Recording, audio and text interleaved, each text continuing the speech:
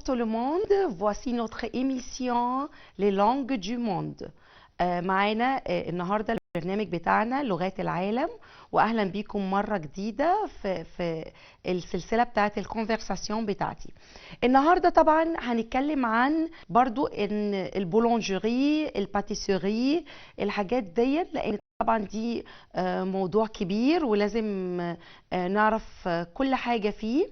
هنشوف النهارده اول حاجه هناخدها، هنبدا في على بولونجيري.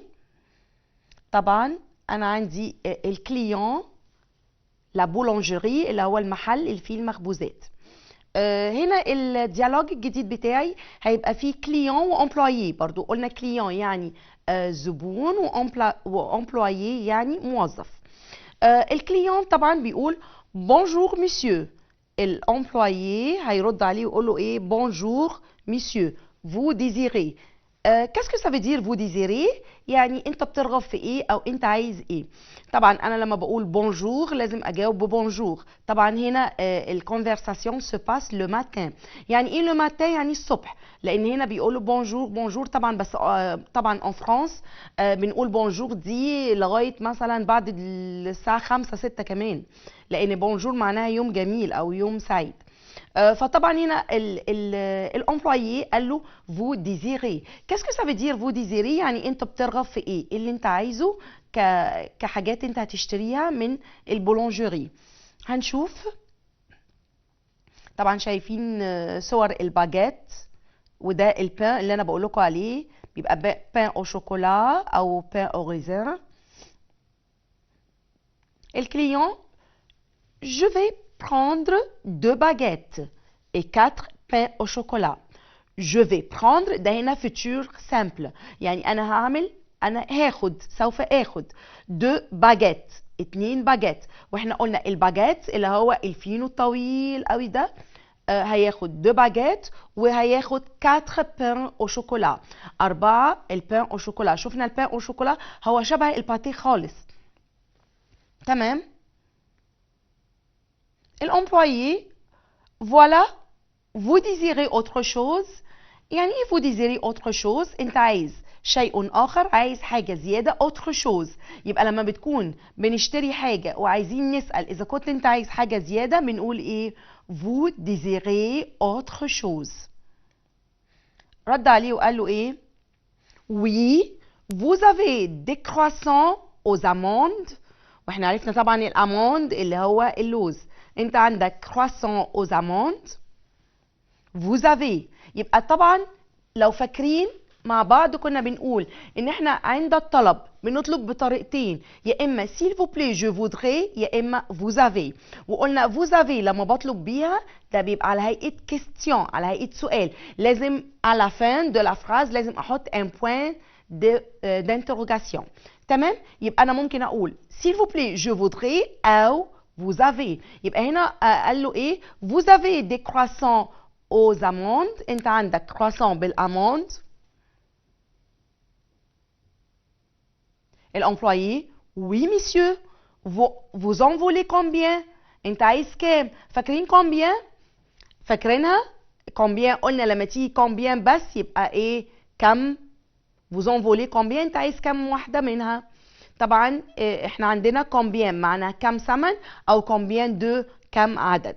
طب هنا ليه مش جايبين combien de؟ لان احنا حاطين الان، الاو ان ده برونون بيرسونيل، ده ضمير شخصيه عايد ان انا كنت المفروض اقول ايه؟ vous voulez combien de croissants؟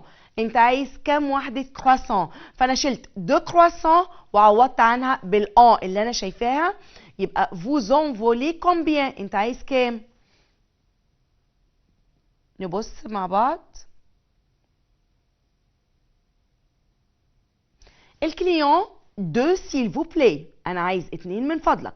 طبعا احنا عارفين ان لازم صيغه الاحترام دايما نقولها دو s'il vous plaît، عايز 2 من فضلك. الامبلويي alors 2 باجيت، انت عايز 2 باجيت، 4 pains au chocolat، واربع اللي هو المخبوزات اللي جواها شوكولا، الباتيه اللي جوه الشوكولا، et 2 croissants aux amandes، و2 croissants aux amandes. 8 € 20 s'il vous plaît. يبقى أنا عايز منك 8 يورو 20 سنتيم من فضلك. يبقى 8 € 20 s'il vous plaît. يبقى هو جمع كله، لأن لما باجي أقول الحاجات كلها بجمع إزاي؟ بقولها كلها ورا بعض وبقول المبلغ اللي أنا عايزه في الآخر. يعني هو قال alors إذا 2 باجيت، عايز 2 باجيت و4 pains au chocolat و4 pains au chocolat وعايز 2 croissants aux amandes. يبقى التوتال كام؟ 8 € 20 سنتيم، 8 يورو 20 سنتيم. تمام. وقال له طبعا في الاخر سيل فو بلاي. وطبعا احنا عارفين ان انا لما باجي اطلب حاجه من حد، حتى لو انا الامبلويي وهطلب من الكليون بقول له من فضلك. ونفس الحكايه الكليون بيقول للامبلويي برضو سيل فو بلاي. الكليون فوالا، فوالا يعني اهو اتفضل. الامبلويي ميرسي مسيو. Qu'est-ce que ça veut dire merci monsieur؟ يعني شكرا يا سيدي. ميرسي مسيو. طبعا في الاخر لازم نقول ميرسي. رد عليه الكليون قال له ميرسي مسيو او ريفوار. تمام. يبقى انا حتى لما بشكر حد في الاخر بقول له يا اما بون جورني، فاكرين قبل كده؟ يا اما بون جورني يا اما او ريفوار.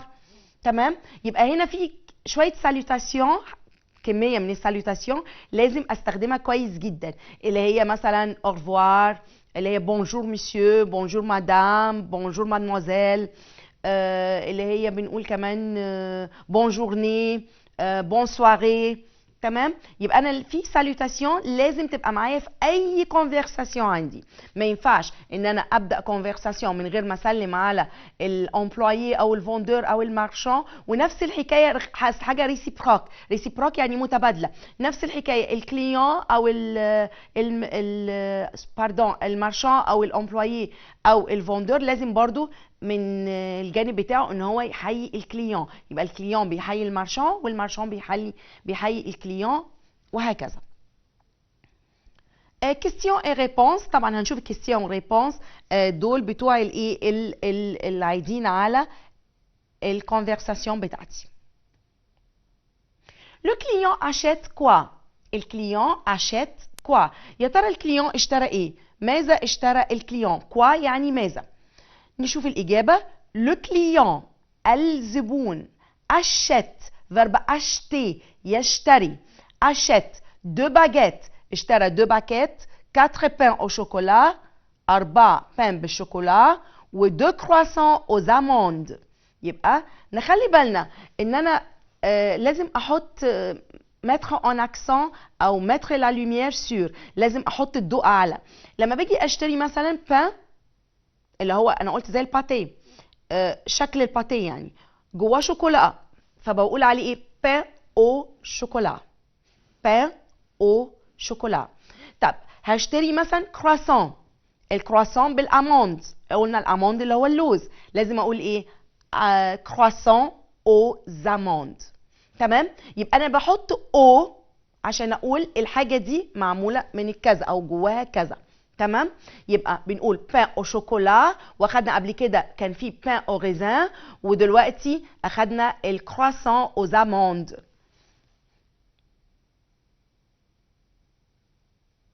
ça coûte combien؟ يا ترى التكلفه كام؟ ça coûte combien؟ ممكن اقول ça coûte combien، ممكن اقول combien coûte، ممكن اقول ça fait combien. في كذا طريقه ان انا بسال بيها عن الثمن. ça coûte combien؟ ça coûte combien؟ 3 سي. ça coûte combien؟ ça coûte 8 € 20 التكلفة 8 € 20. 8 يورو و20 سنتيم. سنتيم دي زي القروش عندنا. يبقى ça coûte 8 € 20. هنطلع الفاصل دلوقتي ونرجع تاني. ما تروحوش كده ولا كده، خليكم قاعدين معانا عشان تتفرجوا على بقية الإيميسيون. رجعنا تاني واخدنا موضوع البولونجيري. دلوقتي بعد الفاصل، بعد ما خلصنا فاصل، هنخش على الباتيسوري. كاسكو سا فيدير باتيسوري؟ ده محل الحلويات خاص بس بالحلويات، ملوش اي علاقه بحاجات تانية. لو بصينا الباتيسوري، طيب مين اللي بيبقى في الباتيسوري؟ غالبا بيبقى ان باتيسييه. باتيسييه يعني اللي هو الحلواني. يبقى انا عندي باتيسوري ده محل الحلويات. الباتيسييه او الباتيسيير اللي هي الحلواني او الحلوانيه، اللي هي المسيو او المدام اللي بيشتغلوا في الباتيسوري. طبعا بنقول à la pâtisserie لان كلمه pâtisserie دي c'est un nom féminin، فلازم لما اقول في محل الحلويات فهقول à la pâtisserie à la pâtisserie. تمام. طبعا الباتيسوري هيبقى فيه جاتو، هيبقى فيه تارت، هيبقى فيه ممكن اقول تورت، كمان بقول التورته اسمها تورت او تارت. هنشوف الباتيسييه هيتكلم مع مين. الاول لو باتيسييه بيقول بونجور مسيو، يبقى ده طبعا ان كليون. بونجور مسيو، يبقى لو باتيسييه دي بونجور مسيو. Le client bonjour je voudrais un gâteau s'il vous plaît. يبقى طبعا ما ننساش ان احنا لما بنيجي نطلب بنقول je voudrais. للطلب دايما بقول je voudrais وفي الاخر بقول s'il vous plaît. يبقى bonjour je voudrais un gâteau s'il vous plaît.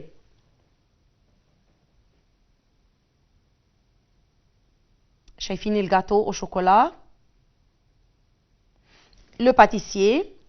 طيب الكليون قال je voudrais un gâteau s'il vous plaît.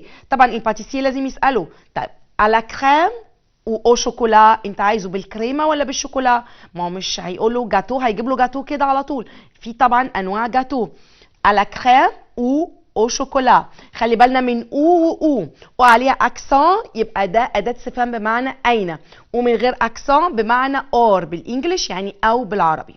يبقى à la crème او شوكولا، انت عايزه بالكريمه ولا بالشوكولا؟ le client non je veux un gâteau au chocolat.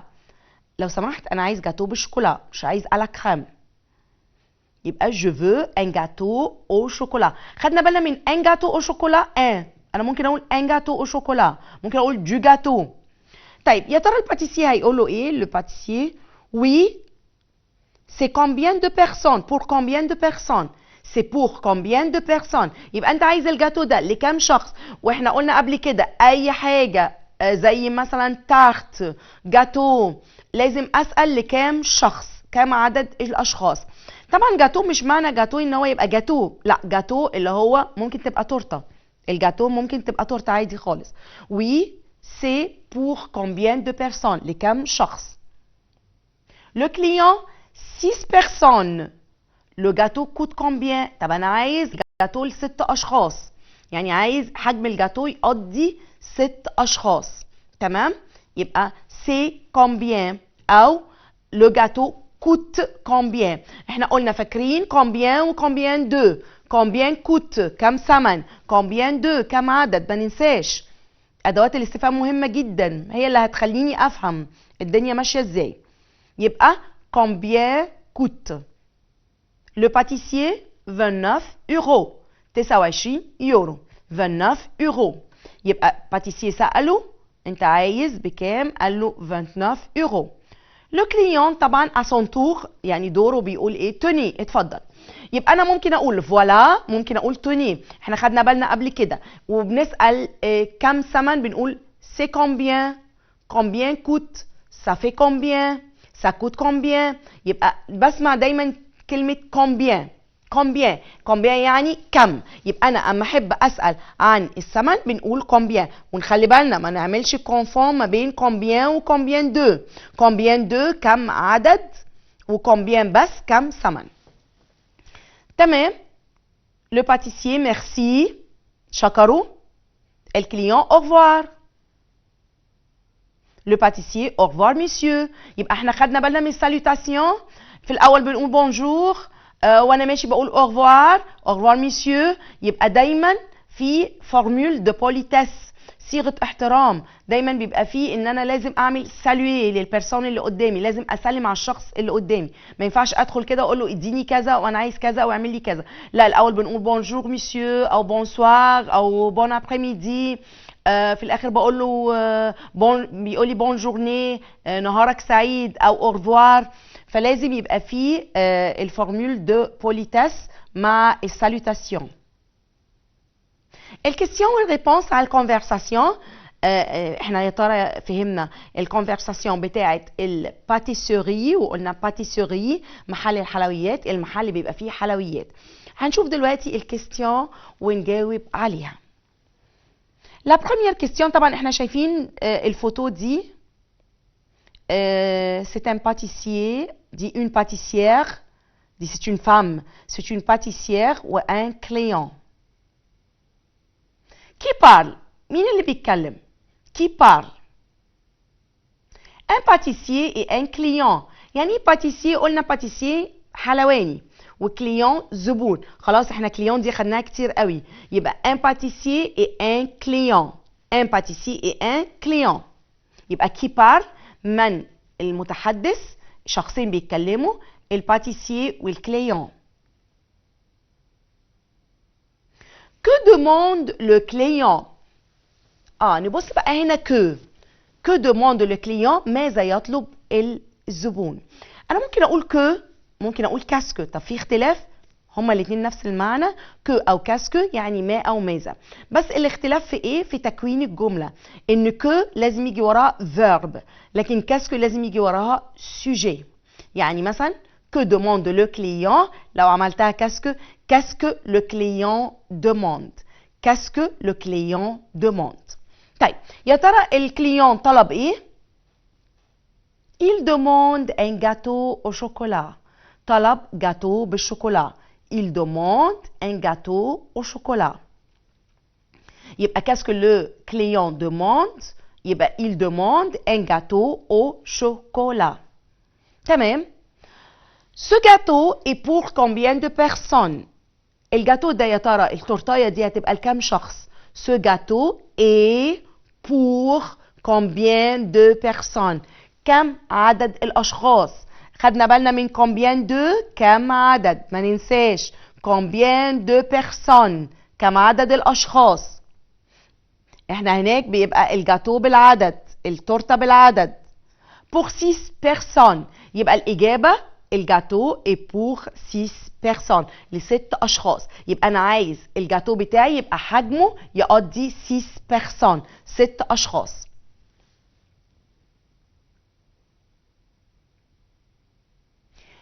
combien coûte ce gâteau؟ combien coûte ce gâteau؟ كم ثمن الجاتو؟ خدنا بالنا من combien coûte، كم ثمن، combien coûte كم ثمن. ce gâteau، هذا الجاتو، ce هنا ده طبعا démonstratif إشارة. combien coûte ce gâteau؟ ce gâteau coûte 29 euros. ce gâteau coûte 29 euros. التكلفة بتاعته 29 يورو. يبقى احنا دايما قلنا ما ننساش combien يا جماعة و combien de. combien coûte كم ثمن، combien de كم عدد. تمام. combien de يبقى لازم يجي وراها العدد اللي انا عايزه. يعني انا قلت combien de personnes يبقى هنقول 6 personnes، لكن لو قلت combien coûte ce gâteau بنقول ce gâteau coûte 29 euros، ثمنه 29 يورو. طيب يبقى احنا دلوقتي لما نتكلم عن الباتيسوري يبقى البيرسوناج او البيرسون برينسيبال، الاشخاص المهمين اللي بلاقيهم دون لا باتيسوري هم مين؟ الباتيسير او الباتيسيير. الباتيسير اللي هو الشخص الحلواني اللي بيشتغل في الباتيسوري، يبقى باتيسوري باتيسير، باتيسوري pâtissier. الفام اسمها pâtissière. طيب في الباتيسوري بنلاقي ايه؟ بنلاقي دي جاتو، دي تارت، دي تارتين، دي تورت. يبقى كل انواع الحلويات اللي انا بلاقيها هناك. طبعا ما عندناش ما فيش ان فرانس حلويات شرقيه، لا كلها جاتو، حاجات من دي اللي هي الحلويات بتاعتهم. طيب لما اجي اسال، لما اجي اطلب حاجه بقول s'il vous plaît je voudrais او vous avez. طب يا ترى لما اجي بسال عن الثمن بنقول ايه؟ combien coûte، combien coûte، ça fait combien، ça coûte combien. كذا طريقه اهو، واختار الطريقه اللي تناسبني. combien coûte، ça fait combien، c'est combien، طيب لما اجي اسال عن عدد الاشخاص بقول ايه؟ pour combien de personnes. pour combien de personnes، لكم عدد الاشخاص، كم عدد اشخاص اللي هيتناولوا مفروض الجاتو ده.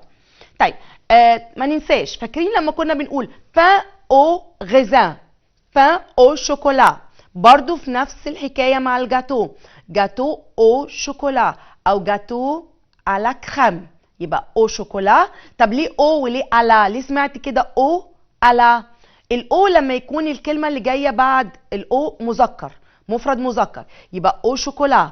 طيب لو الكلمه مفرد مؤنث هقول ايه؟ الا كريم، الا كريم. يبقى انا قلت combien coûte، كم ثمن. ça fait combien كم ثمن، c'est combien كم ثمن. قلت الجاتو pour le gâteau et pour combien de personnes، لكم شخص. طبعا الباتيسوري محل الحلويات مجال واسع جدا برضو، وهنعرف لكسيك كتير المرة اللي جاية ان شاء الله. وفي النهاية